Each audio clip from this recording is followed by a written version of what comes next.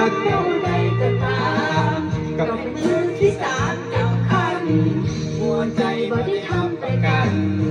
เสียงให้ความหักทิ้งคืนเอาเริ่มของคนอื่นเขา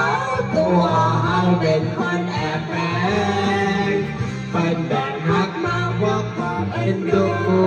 สงสารเอาหัวใจดวงน้อยไปหอมปล่อยหักแฟนชาวบ้านมีสุขแค่เพียงบางวันสมหวังแค่บางเวลาบางครั้งวัน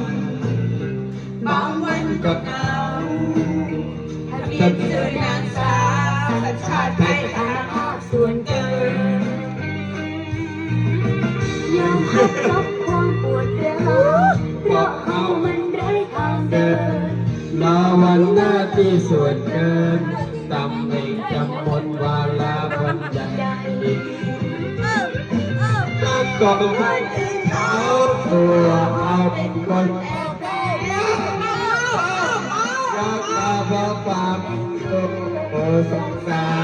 รเอาหัวใจดวงน้อยไปหอมปล่อยฮักแฟนชาวบ้าน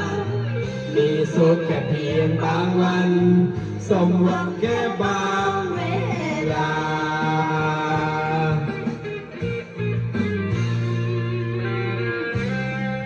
หัวใจหอบวัน